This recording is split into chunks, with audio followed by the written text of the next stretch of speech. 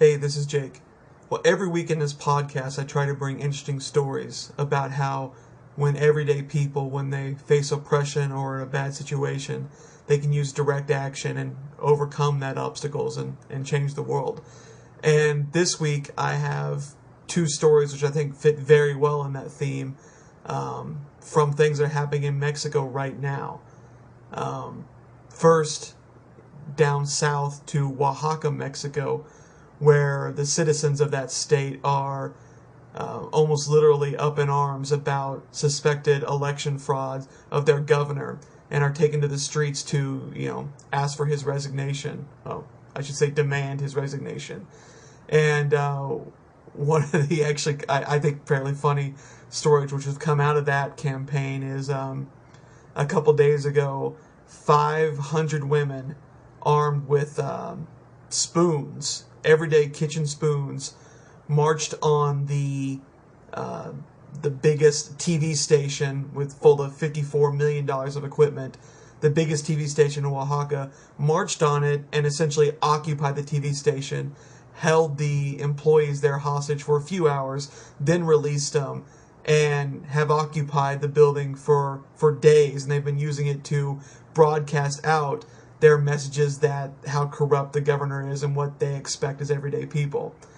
Another story, going back up north to Mexico City, I'm sure you're aware of all the protests happening in Mexico City by the supporters of López Obrador, the leftist candidate who lost the election in early July.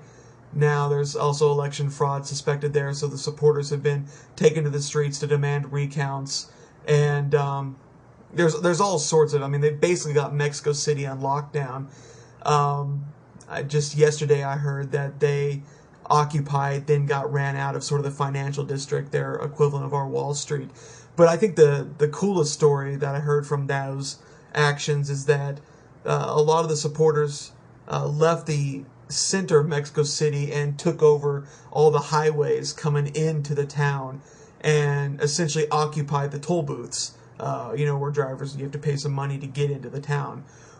Well, what they did is they occupied there and they just opened the gates and let all the cars come through for free. And now, obviously, that's not going to have a huge financial impact. You're not going to bring the treasury of Mexico to its knees by depriving it of the, few pesos you get from those toll booths. But I think what it does show, and the reasons they give for doing it, is that they show that they can control, they have the power to control these strategic choke points, and that, essentially they're a force to be reckoned with. Right now all they're doing is letting cars through without paying, but if they so wanted, they could shut them down and just paralyze the city. And, when I think about those two stories, it makes me realize that, there's nothing uniquely American about direct action. In fact, it's not even a new thing. As long as people have faced difficult situations, they've been using direct action to fight for justice. And we tend to always find excuses to say, oh, I can't do that because of this or that, or because I got a job, I got a car, I got a mortgage I got to pay for. But I think what this shows is that, in fact, it doesn't take a lot. You have women armed with nothing more than spoons, and people in Mexico City who are doing nothing more than opening the gates to really show their power and demand that their voices are being heard.